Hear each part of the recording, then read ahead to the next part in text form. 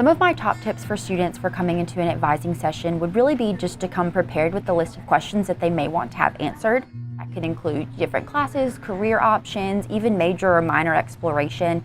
So having the student kind of do some investigating on their own really prompts us with the opportunity to have those developmental sessions. One of my biggest resources that I tell students about would be DegreeWorks. It's actually a feature in iRoar that they can access online. Doing a What If DegreeWorks progress report allows a student to look at any major at the university and kind of track their progress with any incoming credits, whether that's AP, IB, or dual enrollment credits. They can kind of see where those fell, whether that's with a degree progress requirement or if that's a general education requirement, something like that. But it gives us a really good starting point for advising sessions as well as to track their curriculum in future semesters to come. Also, just knowing the advising website is an excellent resource. Most advising centers or departments do have advising websites, and to really make sure that the student taps into those resources to ensure they know what expectations are when meeting with their advisor. What I would suggest to parents who want to sit down with their students prior to registration is to just encourage their students to go into that advising process with an open mind and with something to take notes with. That's really important because it can be a lot of information being thrown at the student at one time, and so that can sometimes be an overwhelming process.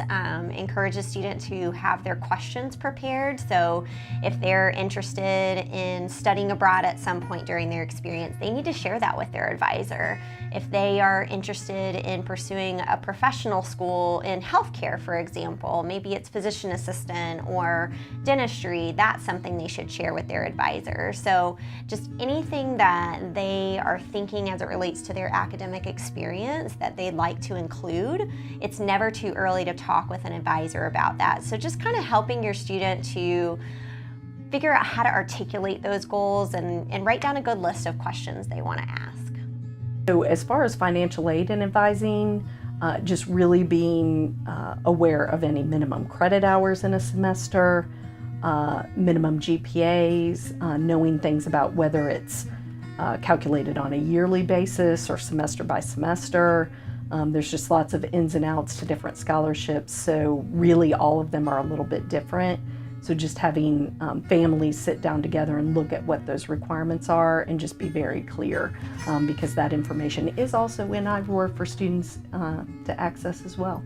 So one of the things that we talk about a lot at our orientation session is just making sure that when you talk with your student that you're getting a mix of good, what's going well, what are you liking, what are you enjoying, because most certainly they usually will call and kind of talk about some of those things that are frustrating or that may be a concern, and that's very natural as well. As a parent, I think it's really great to then ask about the good stuff, and and I think it just gives students a reminder as well that there are sometimes frustrations, but there's a lot of good things happening as well, and that just makes the experience better I think on both sides of the communication.